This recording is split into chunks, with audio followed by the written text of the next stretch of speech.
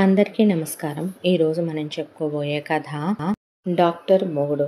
కథలోకి వెళ్ళబోయే ముందు మీరు కనుక మన ఛానల్ని ఫస్ట్ టైం చూస్తున్నట్లయితే తప్పకుండా మన ఛానల్ని లైక్ చేయండి, షేర్ చేయండి, సబ్స్క్రైబ్ చేయండి, బెల్ ఐకాన్ క్లిక్ చేసి ఆల్ అనే బటన్ని ప్రెస్ చేయడం మర్చిపోకండి.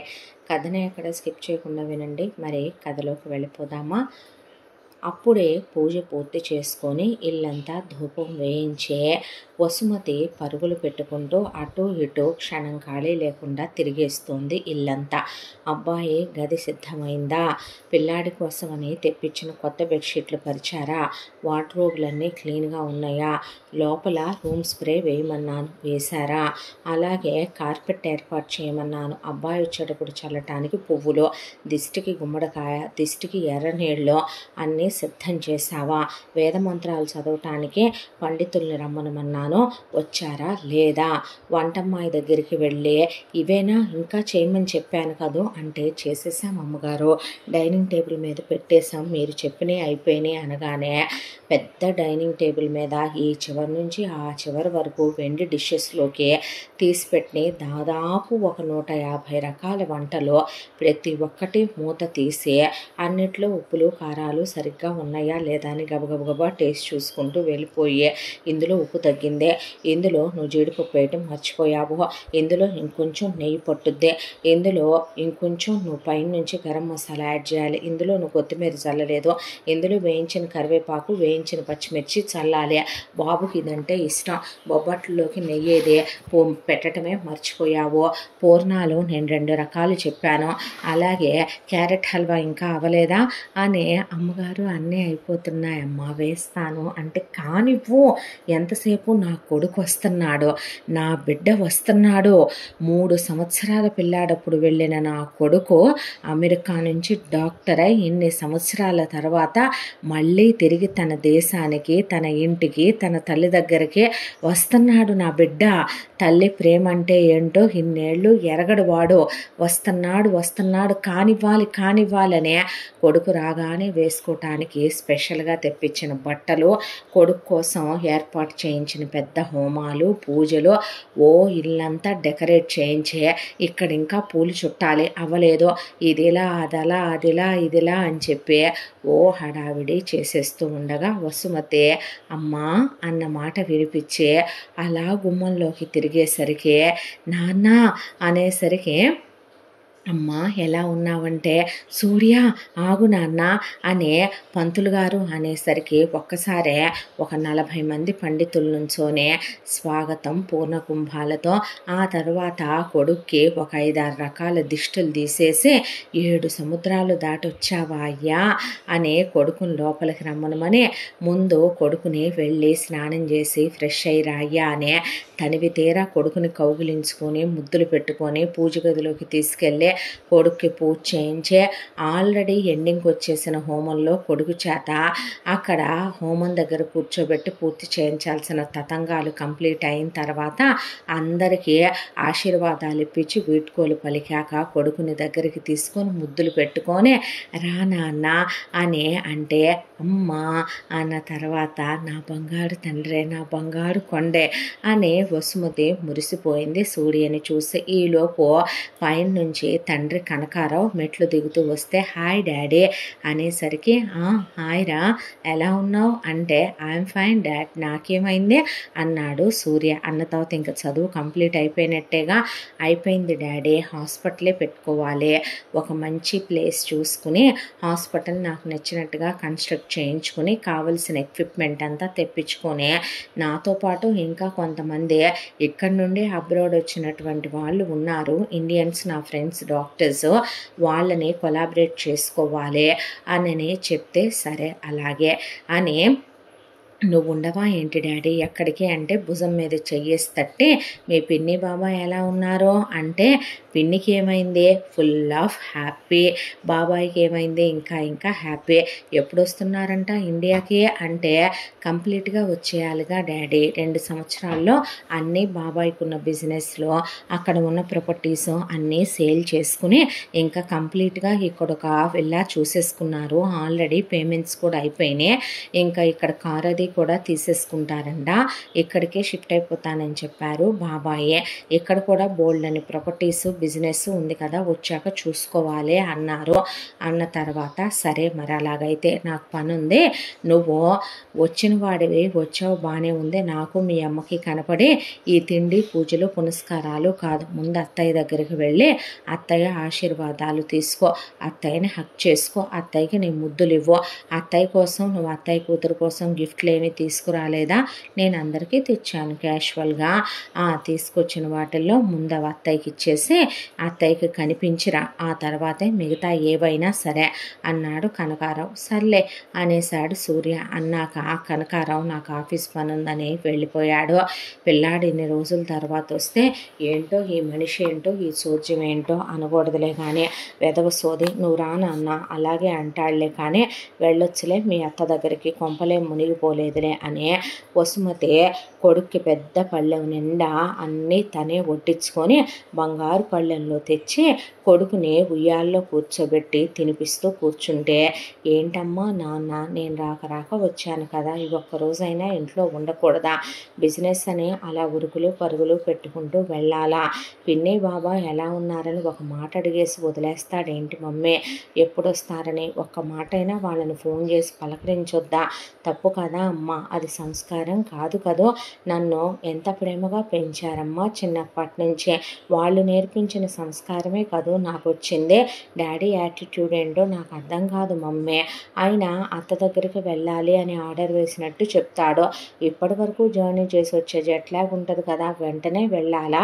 వెళ్ళకపోతే కుదరదా అంటే ఆయన గిఫ్ట్స్ అనేవి మనం మన ఇష్ట ప్రకారం మనకు నచ్చిన వాళ్ళకి తెస్తాం, అదిగో మమ్మీ పిన్ని నీకోసం అని 2 ట్రాలీలు పంపింది, నేను స్పెషల్గా నీకోసం డైమండ్ నెక్లెస్ తీసుకొచ్చాను, డాడీ కోసం వాచ్ తెచ్చాను, తీసుకునే టైమే డాడీకి లేదుగా, నువ్వే ఇచ్చేయమ్మా అని చేతిలో పెట్టేశాడు సూర్య.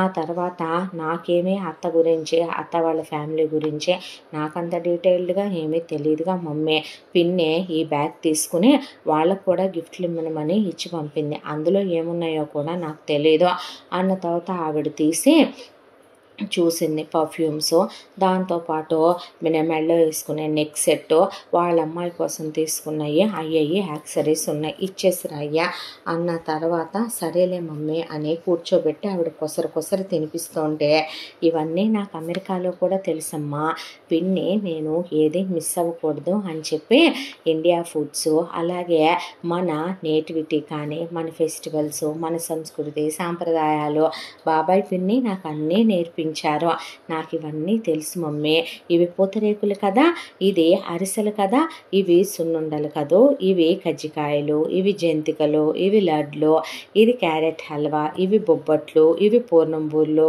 అవునా అని తినే అన్నీ చెప్తుంటే ఆవిడ మురిసిపోయి కొడుకుని దగ్గరికి తీసుకొని ముద్దులు పెట్టుకున్న తర్వాత, డాడీకి ఏంటమ్మా నీకన్నా నాకన్నా అంత ప్రయారిటీయా, అత్తంటే అత్త గురించి వార్నింగ్ ఇచ్చినట్టే చెప్పి వెళ్తున్నాడు అని అడిగాడు. తిన్నాక సూర్య ఆవిడ చేయి పట్టుకొని రమ్మనమని కొడుకుని గది దగ్గరికి తీసుకువెళ్ళి, బాగుందా నీ రూము అని అడిగితే, చాలా బాగుంది మమ్మీ, నేనే ఇలా చేయించాను నాన్న, నువ్వు వస్తున్నావని రెనోవేట్ చేయించాననే, కొడుకు తీసుకొచ్చిన లగేజ్లు పని వాళ్ళని లోపల పెట్టమని వెళ్ళిపోమ్మనమంది పని వాళ్ళని, ఆ తర్వాత డోర్ క్లోజ్ చేసి ఏసీ వేసి కొడుకునే కాసేపు అలా ఒళ్ళో పడుకోబెట్టుకుని ఆ తర్వాత చెప్పడం మొదలుపెట్టింది వసుమతి కొడుకు సూర్యతో. మీ నానమ్మకి మీ నాన్న మీ మేనత్త బసవేశ్వరి 2 పిల్లలయ్యా, మీ నానమ్మ తాతయ్య కోటీశ్వర్లేమీ కాదు, వీళ్ళకి ఒక 10 ఎకరాల పొలం ఒక సొంతిల్లు మినహా ఏమీ లేవు, మీ నాన్న డిగ్రీ వరకు చదువుకొని ఆ పొలాన్ని వ్యవసాయం చేస్తూ ఉండగా ఒక రోజున మీ అత్తయ్య మీ నాన్న మీ నాయనమ్మ తాత కలిసి ఎక్కడో దేవుడిది తీర్థం జరుగుతోందని చెప్పి వెళ్ళారంట. ఆ గుడికి చాలా డబ్బున్నటువంటి మీ అత్తయ్యని చేసుకున్న మీ మామయ్య తల్లిదండ్రులు వచ్చి, మీ అత్తయ్య చాలా సాంప్రదాయంగా పద్ధతిగా కనిపించిందని, చూడటానికి మగరాయిల్లాగా ఉన్న మీ అత్తయ్యలో ఆడతనం వాళ్ళకే కనిపించి, వాళ్ళు మీ అత్తయ్య వాళ్ళ కులమేననేసరికి మీ అత్తని వాళ్ళ ఇంటి కోడల్ని చేసుకుంటామని చెప్పారంట. చెప్పేసరికి మీ నాన్నకి మీ నానమ్మకి తాతయ్యకి ఆనందంతో అవధులు లేక సరేనని అంత కలిగిన వాళ్ళు చేసుకుంటామంటే ఇంకేం కావాలని పెళ్ళికి ఒప్పుకున్నారంట. పెళ్ళికి ఒప్పుకున్న తర్వాత మీ మేనత్తకి పెళ్లి చూపుల రోజున మీ మావయ్య ఆనందవర్ధన్ ఆయన అమ్మ నాన్నలు వచ్చి పెళ్లి చూపులు చూసుకునేటప్పుడు ఆ రోజుల్లోనే ఆయన వేరే మాట్లాడాలని మీ అత్తయ్యతో పర్సనల్గా మాట్లాడాలని 2 గంటల సేపు మాట్లాడారంట. ఆ తర్వాత వాళ్ళిద్దరికీ వివాహం అయిందే. మీ అత్తయ్య దశ తిరిగిపోయిందే. మీ మేనమామ ఆనందవర్ధన్ గారు ఆగర్భ శ్రీమంతులు, జమీందార్ ఫ్యామిలీ. వాళ్ళకి 1000 ఎకరాల పొలాలు, కోట్ల రూపాయల విలువైన ఆస్తిపాస్తులు, తోటలు, బంగ్లాలు, చాలా పెద్ద పెద్ద కోట్ల రూపాయల టర్నోవర్ వచ్చే వ్యాపారాలు అన్నీ ఉన్నాయి. ఆనందవర్ధన్ గారు చాలా మంచి మనిషి, చాలా జల్సాగా బ్రతికేటటువంటి వ్యక్తి.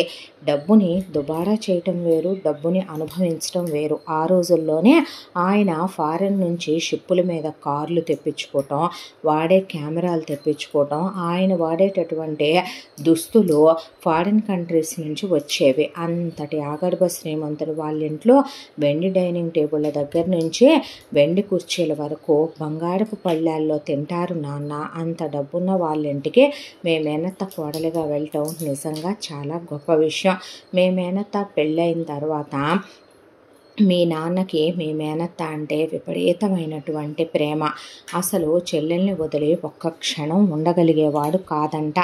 అయితే ఈలోపు మీ నానమ్మ తాతయ్య కలిసి మీ నాన్నకి నన్నిచ్చి పెళ్లి జరిపించారు. నేనేమి కట్న కానుకలు తీసుకురాని అమ్మాయిని కాదయ్యా. మీ అమ్మమ్మ తాతయ్యకే నేను, మీ పిన్ని ప్రవల్లిక ఇద్దరం పిల్లలం.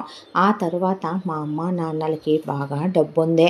మంచి అల్లుడిని తెచ్చుకోవాలి, కొడుకు లాంటి అల్లుడిని, ఇద్దరం మేము ఆడపిల్లలం అనే దాంతో ఇంటి పెద్దల్లుడంటే కాస్త రెస్పాన్సిబిలిటీస్ అన్నీ కూడా మన అనుకుని తీసుకోగలిగిన వ్యక్తి అయి ఉండాలి అనే దాంతో మీ నాన్న వాళ్ళ సంబంధాన్ని ఖాయం చేసి నన్నిచ్చి పెళ్లి చేశారు. చూడటానికి నేను చాలా అందంగా ఉంటానని.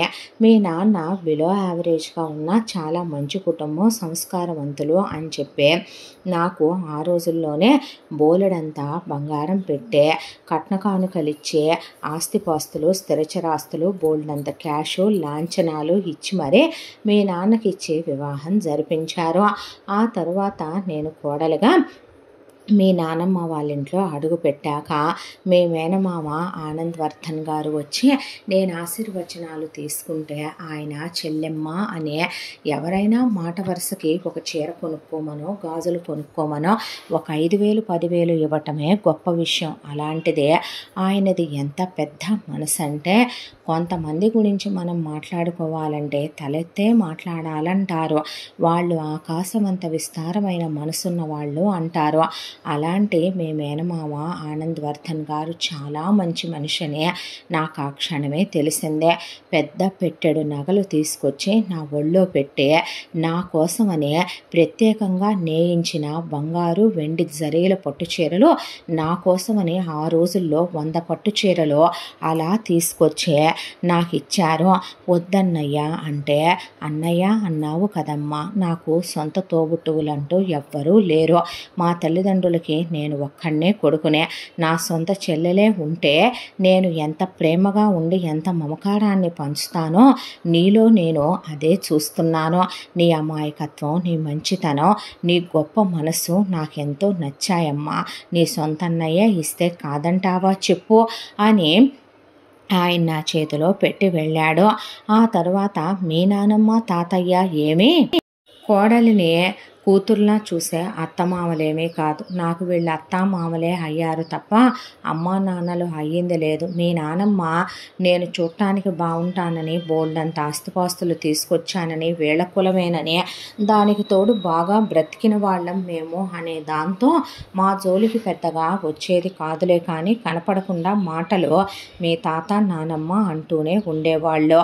ఇక మీ నాన్న గురించి చెప్పాలంటే మీ నాన్నకి ఇంట్లో ఒక భార్య ఉండాలి. మీ నాన్నకి ఇంట్లో తన సపర్యలు చేయటానికి, తన చేత ఒంటి మీద చేయించుకోవటానికి, తను సుఖపెట్టడానికి ఓ భార్య ఉండాలి. అంతకు మించి ఆ భార్య గురించి తిన్నావా తినలేదా, ఎలా ఉన్నావు ఏంటి, ఈ విషయాలేమీ అడిగే తత్వం మీ నాన్నది కాదు. ఆ తర్వాత మీ అమ్మమ్మ తాతయ్య మీ నాన్నలో ఒక కొడుకు కనపడతాడనుకొని ఇచ్చి చేసినందుకు మీ నాన్నలో వాళ్ళకి ఏ రోజు కొడుకు కనపడలేదు. అల్లుడు అహంకారి గర్విష్టే కనిపించాడు. ఒక్కరోజు వాళ్ళకి బాగోకపోయినా వచ్చి పలకరించటం కానీ మంచి చెడు పట్టించుకోవటం కానీ మీ నాన్న హిస్టరీలోనే లేదు. పైగా మీ నాన్నకి ఉంది వీడొక బుక్క పకీరు వెధవ, వీడికుంది 10 ఎకరాల పొలం, వీడికుంది జస్ట్ ఒక సొంత కొంప మాత్రమే, దానికి వీడికి అంత పొగరు అంత గర్వం. కానీ మీ పిన్నికి మాత్రం మీ బాబాయి మీ పిన్నిని పెళ్లి చేసుకున్నాడు. మీ బాబాయ్ రఘురాం ఎంత మంచివాడంటే వాళ్ళది కూడా బాగా డబ్బున్న వాళ్ళ కుటుంబం అయ్యా. వాళ్ళు కూడా జమీన్లు ఒకప్పుడు, వాళ్ళకి బోలెడంత స్థిరచరాస్తులు ఉన్నాయి. పైగా మీ బాబాయ్ వాళ్ళు 10 మందిలో మీ బాబాయ్ ఒకడు. అయినప్పటికీ మీ బాబాయ్ వాళ్ళ అక్క చెల్లెళ్ళు కానీ అన్నదమ్ములు కానీ చాలా మంచివాళ్ళు. వాళ్ళ కుటుంబం చాలా మంచిదే. మీ బాబాయ్ వాటాకి ఆస్తులే కోట్ల రూపంలో వచ్చినాయి. మీ పిన్నిని చూడగానే మీ బాబాయే ఎక్కడో బయట తన స్నేహితురాళ్లతో కలిసి మీ పిన్ని ఒక పెళ్ళికని వెళితే అనుకోకుండా ఆ పెళ్ళికి వచ్చిన మీ బాబాయ్ వాళ్ళ కుటుంబం మీ పిన్నిని చూసి వచ్చి అడిగి మరీ చేసుకున్నాడు. మీ బాబాయ్ చేసుకున్న తర్వాత మీ పిన్ని అమ్మమ్మ తాతయ్యకి ఆరోగ్యం బాగోట్లేదు, వదిలి వెళ్ళలేక ఇబ్బంది పడుతోందని వాళ్ళ అత్తగారు మామగారు ఎంత పెద్ద మనసు కాకపోతే మాకు 9 మంది ఉన్నారయ్యా, నువ్వెక్కడి నుంచి వెళ్ళినా పర్వాలేదు, కానీ మీ అత్తమామలకి మీ వదిన గారు దూరాభారంలో ఉంటుంది, నువ్వే కొడుకు అవ్వాలన్నారని చెప్పి వచ్చి ఇల్లరికం ఉండిపోయాడు. అమ్మమ్మ తాతయ్యల మంచి చెడు చూసుకుంటూ మీ బాబాయే బాగా చదువుకున్నాడు. ఆయనది ఇక్కడ కూడా చాలా పెద్ద ఉద్యోగం. దాంతోపాటు మీ బాబాయ్ వ్యాపారం, ఒకవైపున పొలాలు తోటలు, మరొక వైపున వాళ్ళకి పెద్ద పెద్ద హోటల్స్ అని షాపింగ్ కాంప్లెక్స్లని బాగా ఉన్నోళ్ళు. పిన్ని కూడా బాగా చదువుకుంది కాబట్టి నేను డిగ్రీయే చదువుకున్నాను కానీ మీ పిన్ని పీజీ వరకు చదువుకుందే, ఖాళీగా ఉండేది కాదు. ఇక్కడ ఉన్నప్పుడు కూడా మీ పిన్ని ఏదో ఒక కుట్లు అల్లికలు మిషన్లు పెట్టించే కాలక్షేపానికైనా సరే 10 మందికి నేర్పిస్తూ దాని ద్వారా 4 రూపాయలు వస్తూ బొటిక్ లాగా రన్ చేస్తూ ఉండేదే. అమ్మమ్మ తాతయ్యనే ఇక్కడే ఉండి చూసుకుంటూ ఉండేవాళ్ళు. మీ నాన్న కాలేనే కొడుకు మీ బాబాయ్ అల్లుడైనా మీ అమ్మమ్మ తాతయ్యలకి కొడుకు అయ్యాడు. పెళ్ళయ్యి సంవత్సరం అయ్యేపాటికే నేను గొడ్రాళ్ళని గొడ్డుమూద్దాన్నని నాకు కడుపు రాలేదని పిల్లలు పుట్టట్లేదని మీ నానమ్మ ఒక మాటని ఒక మాట అనకుండా లేదు నన్ను. మీ నాన్న కూడా పిల్లలు పుట్టట్లేదేంటి నీకు, కడుపు రావట్లేదేంటి నీకు అని ఎన్నో మాటలని డాక్టర్ దగ్గరికి తీసుకెళ్ళి కూడా చెకప్ చేయిస్తే ఆవిడ నాలో ఏ ప్రాబ్లం లేదనే, మీ నాన్ననే వేడి శరీరం, చల్లటి ప్రదేశాలకు వెళ్ళి చల్లటి ఆహార పదార్థాలు తినండి అంటే ఏం మాట్లాడకుండా వచ్చేసాడు ఇక్కడికి. ఈలోపు మీ మేనత్త బసవేశ్వరి అత్త మామలు అంటే ఆనందవర్ధన్ అమ్మ నాన్నలు ఒకళ్ళ తర్వాత ఒకళ్ళు చనిపోయారు. వాళ్ళు చనిపోయిన తర్వాత నేను గర్భవతినయ్యాను. నాకు నువ్వు పుట్టావు. నువ్వు పుట్టిన తరువాత కొంతకాలానికి మీ అత్తయ్య కూడా గర్భవతి అయ్యి మీ అత్తయ్యకి కూతురు మేనక పుట్టిందే. పుట్టిన తర్వాత నీకప్పుడు ఒక 3 ఏళ్ల వయసు ఉంటుందేమో. మీ అత్త కూతురు మేనకకి 1 ఏడాది వయసు ఉంటుందేమో. మీ మామయ్య దగ్గర అప్పటికే మీ నాన్న ఆయనతో ఫ్యాక్టరీకి వెళుతూ మీ నాన్న పల్లెటూరులోనే ఉండిపోయాడని మీ అత్త మన్ని సిటీకి తీసుకొచ్చింది. ఆ తర్వాత మీ నాన్న మీ మామయ్య పక్కనే ఉంటూ తనతో పాటే ఆఫీసులో ఉద్యోగం చేస్తూ ఉండేవాడు. ఆ రోజు మీ నాన్న వెళ్ళలేదు. మీ అత్తయ్య ఎక్కడికో వెళ్ళాలందని మీ నానమ్మ తాతయ్య మీ అత్తని తీసుకుని వాళ్ళెక్కడికో పని మీద వెళ్ళారు. మేనకని నా దగ్గరే వదిలేశారు. నిన్ను మేనకని నేనే చూసుకుంటూ ఉండగా సడన్గా ఒక ఫోన్ వచ్చింది. ఆనందవర్ధన్ గారి కారుకే చాలా పెద్ద యాక్సిడెంట్ అయ్యింది అని చెప్పే. దాంతో ఆయన హాస్పిటల్లో చేర్చారు అని పరిగెత్తుకుంటూ అందరూ హాస్పిటల్కి వెళ్ళేపాటికి ఆయనకి తలకి బలమైన గాయం అవటం వల్ల ఆయనకి ఒక్కసారిగా మనిషి నరాలన్నీ చచ్చుబడిపోయినాయి అని, మరొకటి ఆయన ఏదో చాలా షాక్కి గురయ్యే విషయాన్ని చూశారని, బహుశా ఆ యాక్సిడెంట్కి గురైనప్పుడు ఆ షాక్ అయినా అయ్యుండొచ్చు, లేదా మరింకేదైనా జరిగి ఉండొచ్చు. మళ్ళీ తిరిగి ఒక పెద్ద షాక్ వస్తే ఆయనకి బ్రెయిన్ తిరిగి వచ్చేస్తుందని, ఆయన నార్మల్ అవుతాడని, ఆ షాక్లోనే ఆయన కదలిక లేకుండా ఇక ఉన్నంతకాలం అలా ఉండటమే, ఆయనేమి కోమాలో లేడు, చేతులు కాళ్ళు అన్నీ చచ్చుబడిపోయినాయి, చెవులు వినిపిస్తాయి, కళ్ళు కనపడితే నోటితో ఏమీ మాట్లాడలేడు అని చెప్తే నేను వెళ్ళి ఆయన పాదాలు పట్టుకొని వెక్కిళ్ళు పెట్టి ఏడ్చేశాను. నేను ఏడుస్తున్నప్పుడు ఆయన కళ్ళల్లో నుంచి నీళ్లు కారినే. ఆయనకి తెలుస్తుంది అది నేనేనని, కానీ ఆయన నా వైపు అలా చూస్తున్నాడు తప్ప నాకేమీ చెప్పలేకపోతున్నాడు. ఏమైందన్నయ్యా అని నేను ఏడుస్తుంటే ఏమైందో ఎలా చెప్పగలుగుతాడు, నువ్వు నోరుమోయ్ అని నాన్న నన్ను తిట్టాడు. ఆ తర్వాత నుంచి ఇక ఆయన వీల్ చైర్కి పడక మంచానికి పరిమితం అయిపోయాడు. మీ నాన్న మీ మేనత్త కలిసి ఆ వ్యాపారం లావాదేవీలు ఆస్తుల గురించిన వివరాలు చూసుకుంటూ, ఆ తర్వాత మీ నాన్న కూడా బాగా సంపాదించి ఇదిగో ఇప్పుడు మనం ఉండే ఈ పెద్ద ఇల్లు, ఈ ఫర్నిచర్లు, మీ నాన్న కూడా బోలెడంత స్థలాలు, పొలాలు, ఆస్తిపాస్తులు బాగా సంపాదించాడు. ఆ తర్వాత ఒకరోజు మీ నానమ్మ తాతయ్య కారులో ఎక్కడికో వెళ్ళొస్తూ యాక్సిడెంట్ అయ్యి చాలా భయంకరంగా చనిపోయారు. భాగాలన్నీ ఎత్తుక్కొచ్చుకోవడానికి మీ నాన్నకి మీ మేనత్తకి 2 రోజులు పట్టింది. ముక్కలైపోయిన వాళ్ళ బాడీలో దొరికిన అంగాల వరకు పట్టుకొచ్చి వాళ్ళకి అంత్యక్రియలు చేసి దినదివస కర్మకాండలు చేశారు. ఆ తర్వాత ఇలా కాలం గడుస్తూ ఉండగా మీ అమ్మమ్మ తాతయ్య ఒకళ్ళ తర్వాత ఒకళ్ళు వాళ్ళకి అప్పటికే బాగా అనారోగ్యాలు ఉండటం వల్ల ఎంత పెద్ద హాస్పిటల్లో చూపించినా, ఎన్ని ట్రీట్మెంట్లు చేయించినా వాళ్ళు బ్రతకలేదు, చనిపోయారు. వాళ్ళు చనిపోయినప్పుడు మీ నాన్నని తలకొరివి పెట్టమంటే మీ నాన్న పెడతానని అలా పెట్టమని అందరూ అడిగితే మౌనంగా నుంచున్నాడు. దాంతో మీ నాన్న లాంటి వాడితో పెట్టుకుంటే పని అవ్వదులేమని చెప్పి మీ బాబాయే మా అమ్మకి నాన్నకి తలకొడుగులు పెట్టి అంత్యక్రియలు చేయించాడు. ఆస్తిలో వాటా మాత్రం అత్తయ్య మావయ్య పోయాక మాకు రావాల్సింది రావాలని అది మాత్రం సిగ్గు విడిచి పెట్టించుకొచ్చాడు మీ నాన్న. మీ నాన్నకి డబ్బే ప్రధానం, డబ్బే లోకం. మీ నాన్నకున్నంత డబ్బు పిచ్చి, మీ మేనత్తకున్నంత డబ్బు పిచ్చి ఈ భూమి మీద ఎవరికి లేదురా నాయన. చచ్చిపోతాడు రూపాయి అంటే మీ నాన్న. ఆ తర్వాత ఇక బాబాయి, పిన్ని, ఇంకా అమ్మమ్మ తాతయ్య పోయారు కాబట్టి అక్కడ ఉండదలుచుకోలేదు, సిటీకి వచ్చారు. రాగానే బాబాయికి అనుకోకుండా అమెరికా వెళ్ళే అవకాశం వచ్చింది. దాంతో పిన్ని బాబాయ్ వెళుతూ ఉండగా నిన్నిమ్మనమని అడిగారు. నిన్నిమ్మనమని అడిగితే మీ నాన్న ముందు వెనక ముందు ఆలోచించాడు. పైగా ఆ తర్వాత మీ నాన్న కొన్ని షరతులు పెట్టాడు వాళ్ళకి. ఆ షరతులు ఏంటంటే, నిన్ను ఇచ్చే మాట అయితే గనక మీ పిన్నిని ఫస్ట్ అడిగింది ఏంటంటే, ఇక మీదట నీకు పిల్లలు పుట్టరుగా అమ్మాయి అని. అప్పటికే పిన్నికి పిల్లలు లేరు. చాలామంది డాక్టర్ల దగ్గర చూపించుకొని పూజలు వ్రతాలు నోములు చేసినా పిల్లలు పుట్టకపోయినా పిన్నిని వాళ్ళ అత్తింటి వాళ్ళు కానీ బాబాయ్ వాళ్ళ బంధువులు కానీ ఒక్క మాట అన్నది లేదు.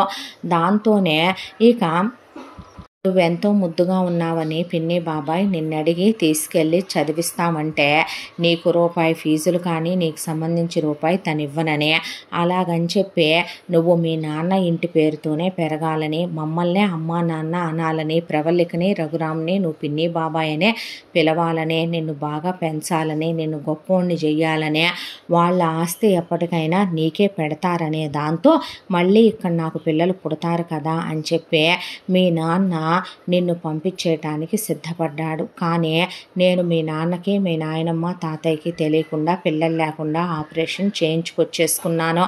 ఎందుకంటే మీ నాన్న ఒక డబ్బు పిశాచం. నా తల్లిదండ్రుల్ని డబ్బులతో తప్ప ఏ రోజు వాళ్ళకు మనుషులుగా కొలిచింది లేదు, చూసింది లేదు. అలాంటి నీచుడికి నేను ఒకళ్ళని కంటమే ఎక్కువ. పైగా భార్య మనసు తెలుసుకోలేని మృగం.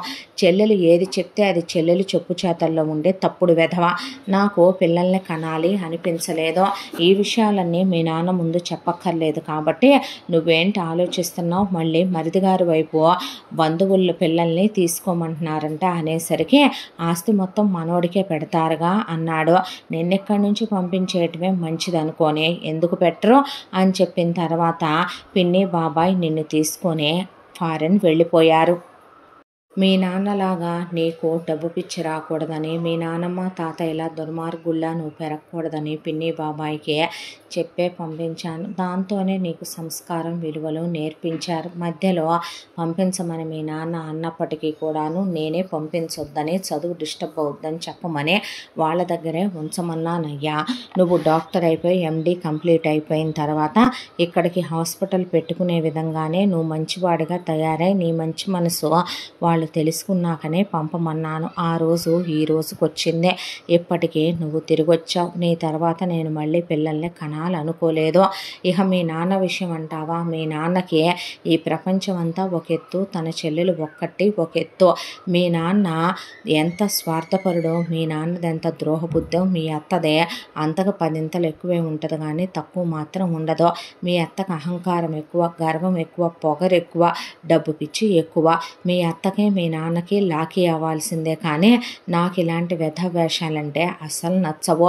ఇక ఇప్పుడు నువ్వు మీ మేనత్త దగ్గరికి వెళ్ళి ఆశీర్వాదాలు తీసుకోమని మీ నాన్న అన్నాడు. మీ మేనత్త దగ్గర నువ్వు తీసుకున్నా తీసుకోపోయినా పర్లేదు కానీ అక్కడ అత్తయ్య భర్త ఆనందవర్ధన్ మామయ్య ఉంటాడు. ఆయన్ని చూడటానికి మాత్రమే ఆ కొంపకి నేను వారానికి 2-3 సార్లు వెళ్ళొస్తాను. ఆయన దేవుళ్ళలాంటి వాడు. ఆయన పాదాలు స్పృశించి ఆశీర్వాదం తీసుకోయ్యా. అలాంటి గొప్ప మనుషులు దీవిస్తే నువ్వు 100 ఏళ్ళు చల్లగా ఉంటావు అని చెప్పింది వసుమతి. సరేనని సూర్య బయలుదేరి వెళ్ళాడు.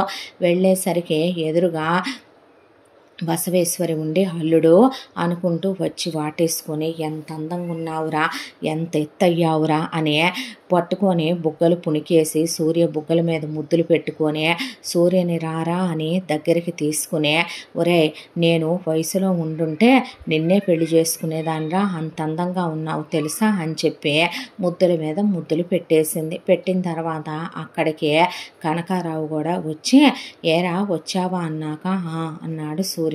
అన్న తర్వాత ఆశీర్వాదం తీసుకో అత్తయ్యదే అన్నాక వంగపోతే వద్దురా అల్లుడు నువ్వు వంగొద్దయ్యా అనేసరికి ఇక నువ్వేంట్రా మహారాజులాగా ఉంటే అనేసరికి ఏం చేద్దాం అనుకుంటున్నావు అల్లుడు అంటే ఏమీ లేదు అత్తయ్య, డాక్టర్ అయిపోయింది కదా నాదే, ఇక్కడే హాస్పిటల్ కోసమని ఒక ల్యాండ్ చూస్తున్నాను.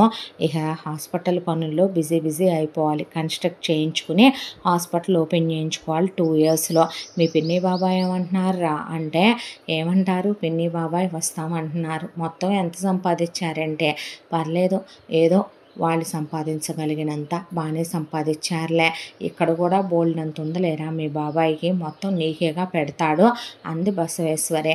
అవన్నీ పెడతారని చూస్తామా ఏంటత్తా, పెడతారని ప్రేమగా ఉంటామా, ప్రేమ అనేది మనసులో ఉండాలి కానీ అదేలే అన్న తర్వాత నాకు ఆఫీసులో ఒక ఇంపార్టెంట్ మీటింగ్ ఉంది నాన్న నేను వెళుతున్నావు నువ్వు వెళ్ళబాకరా అంటే అత్తయ్య ఇవి నీ కోసమనే పిన్ని బాబాయ్ తీసుకున్నారు. అదే తనుంది కదా మీ అమ్మాయి ఏంట్రా నీ మరదలదే మేనక, అదే మేనక తనకి అని చెప్పి తీసుకొని ఇచ్చారు. తీసుకొచ్చానంటే ఏంది ఇచ్చారో, ఓ అబ్రాడ్లో ఉండే ఫారెన్ సెంట్లు అవన్నీ పంపించారా అని చెప్తే అవును అన్నాడు సూర్య.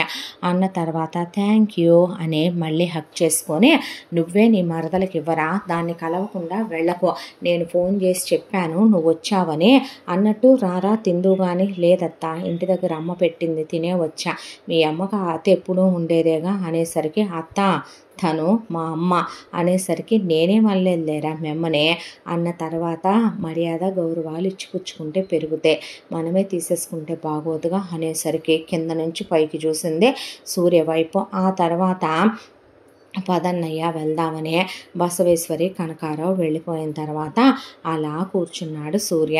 కూర్చున్న తర్వాత, అవును అమ్మ మావయ్యని పలకరించమంది కదా అని ఇంట్లో అటు ఇటు తిరుగుతూ ఒక గదిలోకి వెళ్ళి చూస్తే, ఒక గదిలో ఒక ఆయన అలా వీల్ చైర్లో కూర్చుంటే ఆయన పక్కన ఒక ముసలాయన ఉన్నాడు.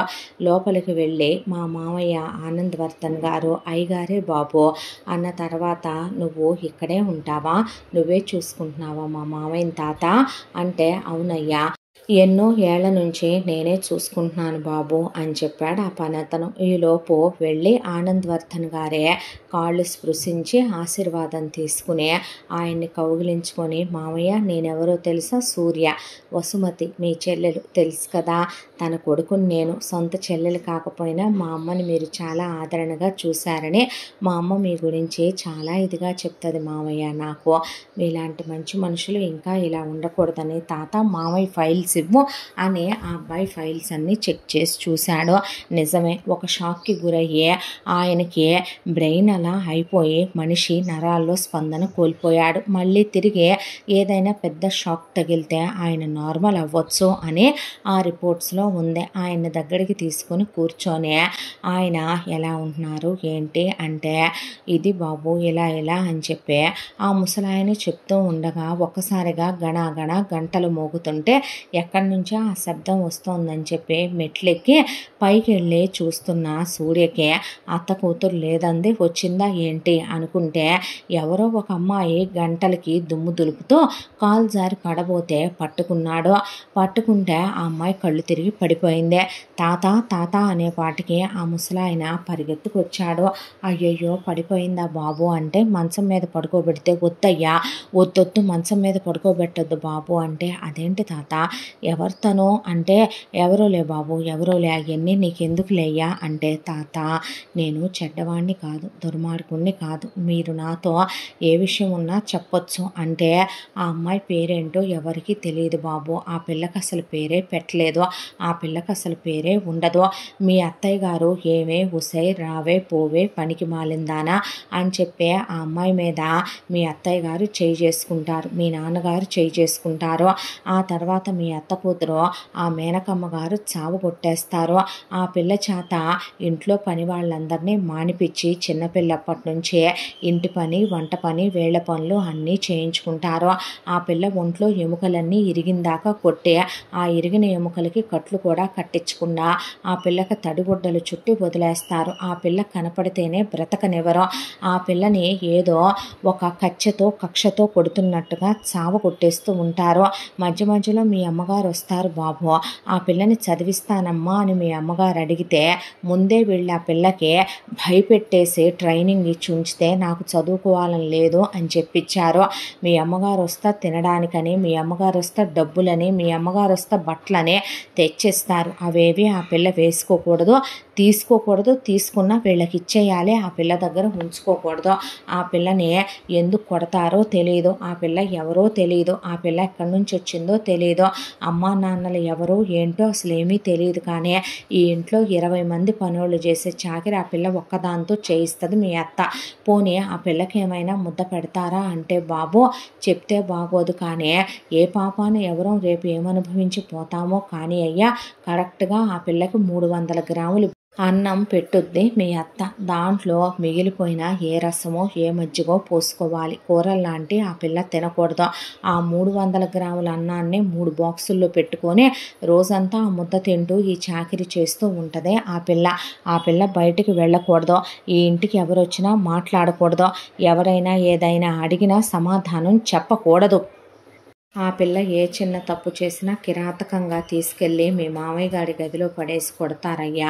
అంత మంచంలో ఉన్న మనిషి కళ్ళల్లో నుంచి కూడా నీళ్లు కారిపోతాయి. ఆ పిల్లని వీళ్ళు పెట్టే హింసలు చూడలేక ఆ పిల్లని నానా చిత్రవదలకి గురి చేసి నానా హింసలు పెడితే నేనేదో పనోడుగా చేరి బయటికి వెళ్ళినప్పుడు చూడకుండా దొంగతనంగా తాత తాత అంటా ఉంటుందని కాస్త మమకారం బాబు.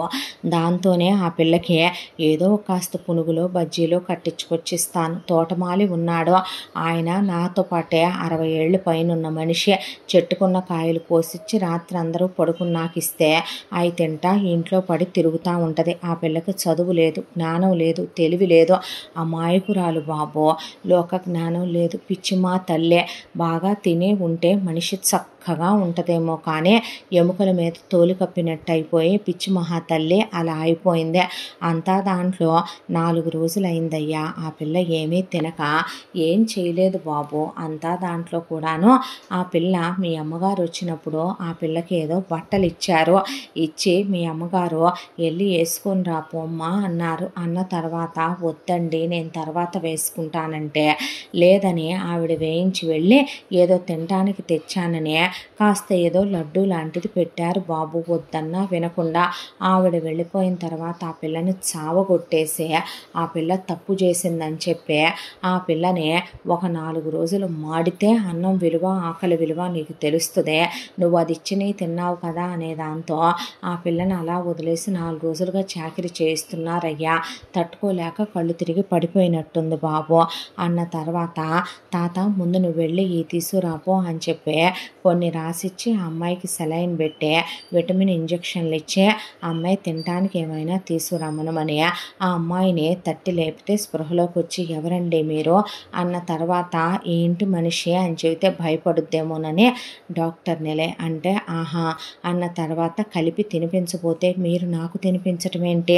వద్దండి అంటే నువ్వు నీరసంగా ఉన్నావులే సెలైన్ పెట్టాను తినని తినిపిస్తే ఆ అమ్మాయి కరెక్ట్గా 4 ముద్దలు తిన్నాక చాలంటే ఆ అమ్మాయి ఆకలి స్టేజ్ ఎలా ఉంది, ఆ అమ్మాయి కడుపు ఎంత తినగలుగుతుందో అర్థమైపోయింది సూర్యకే. ఇంత కిరాతకంగా ఇంత అమానుషంగా ఎందుకు ప్రవర్తించాలి అనుకుంటూ ఉండగానే మేనక రావటం అలికిడయ్యి సూర్య లేచి నిలబడ్డాడు.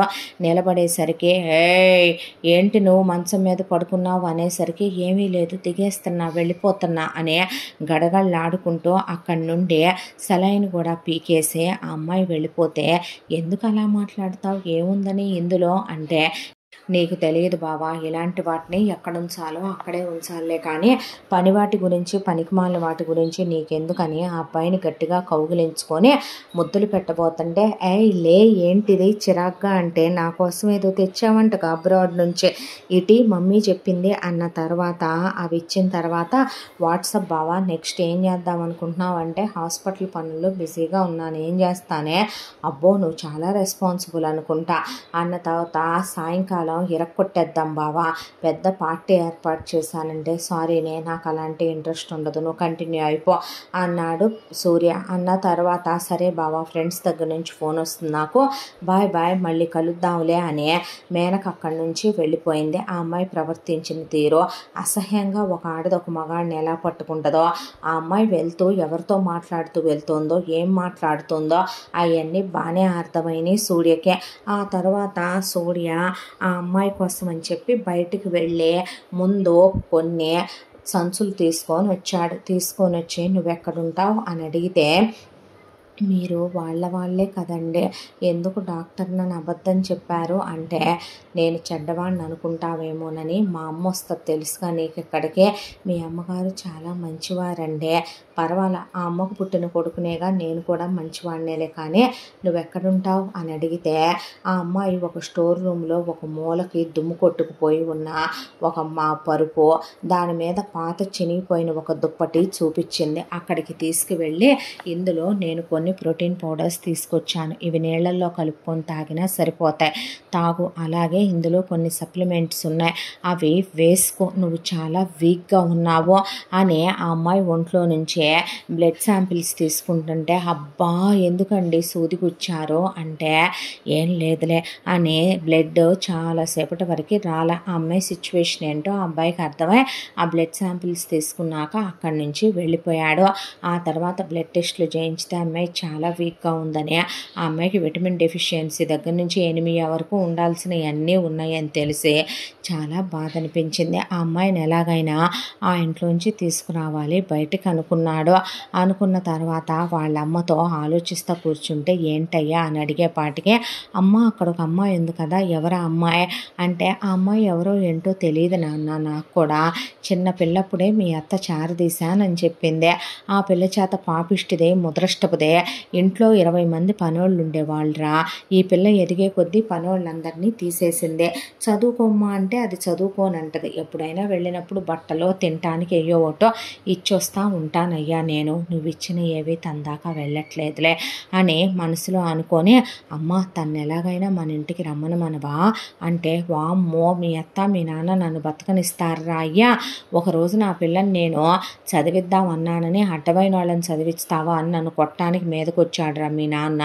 అమ్మ ప్లీజ్ అమ్మ, ఏ నాన్న పాపం అమ్మ, తన హెల్త్ ఏం బాగాలేదో, అత్తయ్య అలాగే పనులు చేయించితే తనేమన్నా అవ్వుద్దమ్మా, పాపం దిక్కులేని బిడ్డ, దానికి ఎవరూ లేరుగా, పాపానికి ఒడిగడుతుంది, ఏం చెప్పి రమ్మనాలరా అంటే, ఏం చెప్పటం ఏంటమ్మా, మన ఇంట్లో పని వాళ్ళు చేసే పని సరిపోవట్లేదని నీకు ఇంట్లో పనికి ఒకళ్ళు కావాలని చెప్పి పిలిపించవా అని అడిగాడు సూర్య. దాంతోనే బసవేశ్వరి కూతురు మేనకని తీసుకొని అక్కడికి వచ్చింది. వచ్చిన తర్వాత కనకారావుతో ముచ్చట్లు చెప్తుంటే, బసవ మీ ఇంట్లో ఉన్న ఆ అమ్మాయి ఉంది కదా, ఆ అమ్మాయిని పంపించు మా ఇంటికి రోజు అంటే, ఎందుకు అని అడిగింది. ఎందుకేంటి, ఇక్కడ పని ఉంది, పని అందుకుంటుందని పనోళ్ళు ఉన్నారుగా నీకు, ఏ పనోళ్ళుంటే పంపించవా ఏంటి, వాదిస్తున్నావేంటి అని అడిగింది వసుమతి. అడిగేపాటికి విడిగా అయితే వసుమతి చెంప చెళ్ళు అనిపించేవాడు కనకారావు, గట్టిగానే వార్నింగ్ ఇచ్చేది బసవేశ్వరే. సూర్య అలా చూస్తూ ఉండేసరికి సరే పంపిస్తానులే అన్న తర్వాత పంపించారు ఇక్కడికి.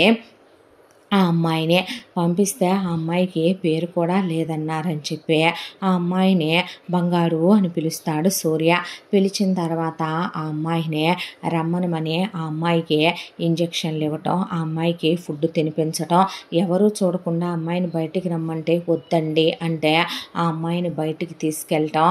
ఆ తర్వాత బట్టలు కొనుక్కొచ్చాడు.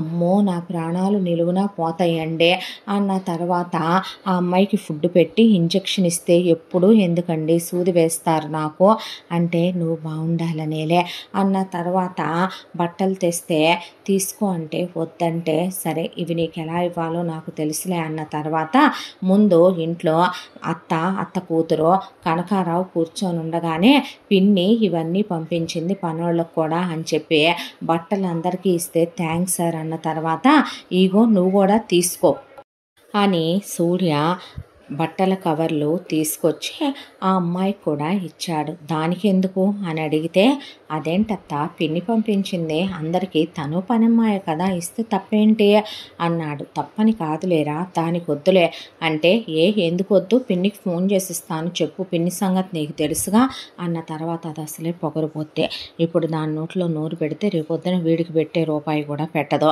తీసుకోవే అన్న తర్వాత ఆ బట్టలు తీసుకొని సూర్య అలా చూస్తే, సూర్య వైపు చూసి ఆ బట్టలు వేసుకోవటం మొదలుపెట్టింది బంగారు. రోజు ఏదో ఒక కారణంతో ఆ అమ్మాయిని పిలిపించడం, తను బయటికి తీసుకెళ్ళటం, ఆ తర్వాత ఆ అమ్మాయిని దగ్గరికి తీసుకోవటం, ఆ అమ్మాయితో మాటలు చెప్పటం.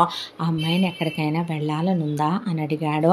గుడికి వెళ్ళాలనుందని తీసుకెళ్తే, ఎన్నేళ్ల దుఃఖమో ఏమో, మోకాళ్ళ మీద కూర్చొని వెక్కిళ్ళు పెట్టి ఏడిస్తే ఆ అమ్మాయిని దగ్గరికి తీసుకొని ఏడవద్దన్నాడు. కన్నీళ్లు తుడిచాడు. ఎందుకు ఆ కన్నీళ్ళు, ఏడవకు బంగారు, నీకింకా కష్టాలు ఉండవు, నేనున్నానుగా, నీ వరకు ఏది రానివ్వనులే అన్నాడు. ఆ అమ్మాయి వెంటనే సూర్య కాళ్ళ మీద పడి కన్నీళ్ళు పాదాల నిండా పడిపోయి కాళ్ళు పట్టుకొని ఏడ్చేసింది. ఏ పిచ్చిదానా ఏంటిదంతా అంటే, చిన్నప్పటి నుంచే గుడికి ఒక్కసారి కూడా రాలేదండి.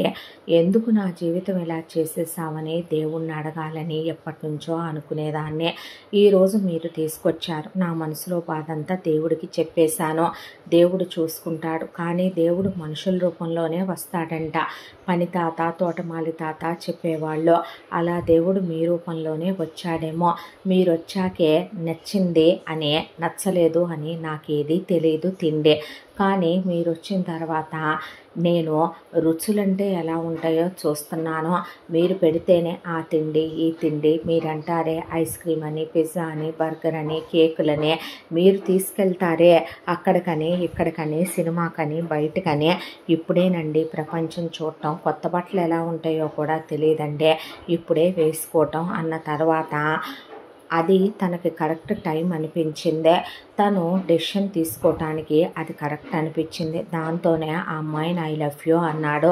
అనేసరికి ఏం మాట్లాడుతున్నారండి అంటే, నేను నిన్ను ప్రేమిస్తున్నాను.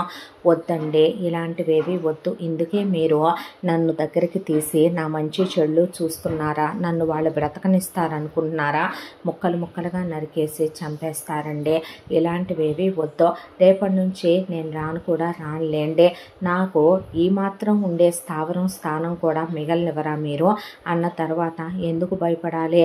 ఎందుకు భయపడుతున్నావు? నేను లేనా నీకు? మా అమ్మకు కూడా చెప్పాను నేను నిన్ను ఇష్టపడుతున్నానని. మా అమ్మ ముందు నువ్వు నన్ను ఇష్టపడాలిగా అందే. ఆ తర్వాత మా అమ్మ నిన్ను చాలా ఇష్టపడిందే. మా అమ్మ మా పిన్ని బాబాయికి కూడా ఈ విషయం చెప్పమంటే చెప్పాను నేను. వాళ్ళు ఒకవేళ మా నాన్న మా అత్తయ్య కాదన్నా మా అమ్మని నిన్ను తీసుకొని నేను అబ్రాడ్ వెళ్ళిపోతాను. నేను డాక్టర్నే. నాకు హాస్పిటల్ పెట్టించగలిగినంత మించి 100 రెట్లు ఉంది మా బాబాయికి. వాళ్ళకు కూడా నేనే కొడుకునే. వాళ్ళు నిన్ను నన్ను హ్యాపీగా చూసుకుంటారు. నువ్వు భయపడొద్దని ఆ అమ్మాయిని దగ్గరికి తీసుకున్నాడు. ఆ అమ్మాయి భయపడి తోసేసి పారిపోయింది. ఆ తర్వాత వాళ్ళమ్మ ఏంట్రా విషయం అంటే, ఇలా చెప్పానమ్మా అంటే, ఏమంటారు ఏమో నాన్న వీళ్ళు అంటే, అమ్మ వాళ్ళకి ఎంతకాలం భయపడదామంటావు? నువ్వు భయపడి, నేను భయపడి, తను భయపడే నాకు ఇష్టమైన వాళ్ళనే చేసుకోమన్నారమ్మా పిన్ని బాబాయ్. అందుకే ఎవరిని ప్రేమించలా, ఎవరు నాకు కరెక్ట్ అనిపించలా. నా అందమో చదువో ఆస్తో చూసి వచ్చేవాళ్ళు కాదమ్మా. నా మనసు చూసేవాళ్ళు వస్తే కదా నేను పెళ్లి చేసుకుంటే హ్యాపీగా ఉంటాను.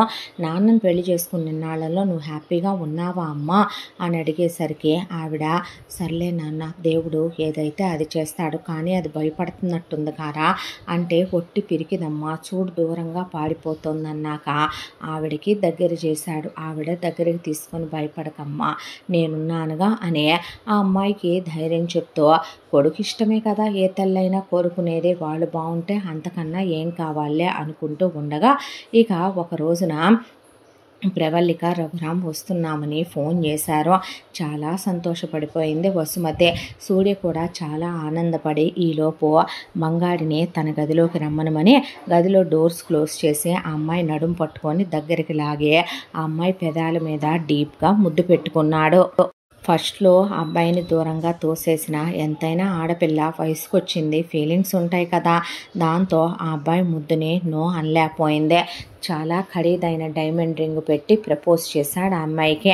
ఆ రింగు కనిపించకుండా ఏలు గుడ్డ కట్టేసుకొని ఏలుకి గాయమై తెగిందని అబద్ధం చెప్పేసిందే బసవేశ్వరికి, మేనకకి. ఆ తర్వాత ఇలా ఎంత డీప్గా లవ్ చేయటం మొదలుపెట్టాడంటే, సూర్య బంగారి లేకపోతే తను బ్రతకలేను అనే స్థితికి వచ్చేశాడు సూర్య. ఈలోగా అబ్రాడ్ నుంచి ప్రవళిక రఘురాం రానే వచ్చారు. వచ్చి రాగానే వాళ్ళకి సూర్య బంగాడిని చూపించాడు. ఆవిడకి చాలా నచ్చేసింది బంగాడి. ఆయనకు కూడా తెగ నచ్చింది. ఎలా ఉన్నారమ్మాయి అని కనకారావు అడిగితే, బాగానే ఉన్నాం బావా, నువ్వెలా ఉన్నావంటే, ఇక తోడళ్ళున్నే అన్నీ సెటిల్ చేసుకుని వచ్చావా రఘు అంటే, అన్నయ్య అయిపోయిందంతా, ఇంకిక్కడే బిజినెస్ చూసుకోవాలి అని చెప్పిన తర్వాత కొన్నాళ్ళు రెస్ట్ తీసుకొని స్టార్ట్ చేస్తానన్నాడు రఘురాం. ఆ తర్వాత తర్వాత ఇలా రోజులు గడిచిపోతూ ఉండగా ఒక రోజున సడన్గా సూర్య ఇంకా దాచాల్సిన అవసరం ఏముంది అనే దాంతో మేనత్త, తండ్రి అలాగే మేనక కూడా ఉంటే నేను ఆ అమ్మాయిని పెళ్లి చేసుకుందాం అనుకుంటున్నానంటే ఏ అమ్మాయిరా అని అడిగింది బసవేశ్వరే. అదే మీ ఇంట్లో పనమ్మాయిగా ఉంది కదా, తనకి నువ్వు పేరు పెట్టలేదుగా అత్త, నేనే పేరు పెట్టాను బంగారిని నేను పెళ్లి చేసుకుందాం అనుకుంటున్నాను అన్నాడు సూర్య. అన్న తర్వాత నేను ఒప్పుకోను ఈ పెళ్ళికి అని చెప్పి కనకారావు అన్న తర్వాత నువ్వు ఒప్పుకున్నా ఒప్పుకోకపోయినా నాన్న నేను తన్నే చేసుకుంటాను, నీకు నచ్చిందనుకో నీ కోడలుగా ఇష్టంగా వస్తుంది, నచ్చలేదనుకో నీ కోడలుగానే మరొక ఇంట్లో నేనెటు తన్ని తీసుకొని వెళ్ళి వేరు కాపురం పెట్టుకుంటాను కాబట్టి అలా వస్తుంది అన్న తర్వాత మీ మేనత్త కూతురికి నిన్నిచ్చి చేస్తానని నేను మాటిచ్చాను. ఎవరిని దీన్నా మగాడనేవాడు దీన్ని పెళ్లి చేసుకుంటాడా అనకూడదులే కానీ అత్తే మగరాయిలాగా ఉంటుంది. ఇక అత్తని జిరాక్స్ దింపింది అదే. ఒక ఆడదాని లక్షణం ఉందా నాన్న, నేను డాక్టర్ని, అది వర్జినో కాదో నాకు బాగా తెలుసు, నేను క్యారెక్టర్తో ఉన్నప్పుడు నా పెళ్ళాం క్యారెక్టర్తో ఉండాలని నేను ఎక్స్పెక్ట్ చేయొచ్చు కదా నాన్న, అది ఎలాంటిది అనేది నాకు బాగా తెలుసు, అలాంటి చీప్ దాన్ని నేను అస్సలు చేసుకోను, ఇది నాకు నచ్చలేదు, నువ్వు ఇంకా పెంచొద్దన్నాక ఆర్గ్యుమెంట్ పెరిగిపోయే. ప్రవళిక రఘురాం పిల్లాడి ఇష్టాన్ని కాదంటం ఏంటని వసుమతి ఒకగానొక కొడుకు అయితే వాళ్ళకి నచ్చిన సంబంధాలు ఇచ్చి చేస్తే పిల్లలు బాగుంటారు, వాడికి ఇష్టం నేను పెళ్లి చేస్తానంటావేంటి అన్న తర్వాత ఫైనల్గా సరేరా అయితే నువ్వు దాన్ని ప్రేమిస్తున్నాను అంటున్నావు, అది కూడా నిన్ను ప్రేమిస్తున్నాను అని చెప్తే అలాగే చేస్తాం మీ ఇద్దరికి పెళ్ళి అన్నాడు కనకారావు. అలాగే పిలిపించు అన్న తర్వాత అక్కడికి బంగారి వచ్చాక చెప్పరా బంగారి అనేసరికి నువ్వు వీడిని ప్రేమిస్తున్నావా అని అడిగింది బసవేశ్వరే. లేదని తల అడ్డంగా తిప్పేపాటికి బంగారి అందరూ షాక్ అయ్యారు. రే నేను నిన్ను కిస్ చేసినప్పుడు నీకు ఫీలింగ్స్ వచ్చాయి, నేను నిన్ను ఎన్ని ముద్దులు పెట్టుకున్నాను, ఎన్నిసార్లు హక్ చేసుకున్నాను, ఎన్నిసార్లు ఐ లవ్ యూ చెప్పాను రా, నేను అబ్బాయిని డాక్టర్నే, నీ పల్స్ రేట్ పెరగటం నీ హార్ట్ బీట్ పెరగటం నాకు తెలియలేదు అనుకుంటున్నావా ఏంట్రా అనేపాటికి ఆ అమ్మాయి నాకు ఇష్టం లేదు లేదు లేదు అని అక్కడి నుంచి వెళ్ళిపోయిందే. వెళ్ళిపోతే కనకారావు లాగి చెంప చెళ్ళు మనిపించాడు వసుమతిదే.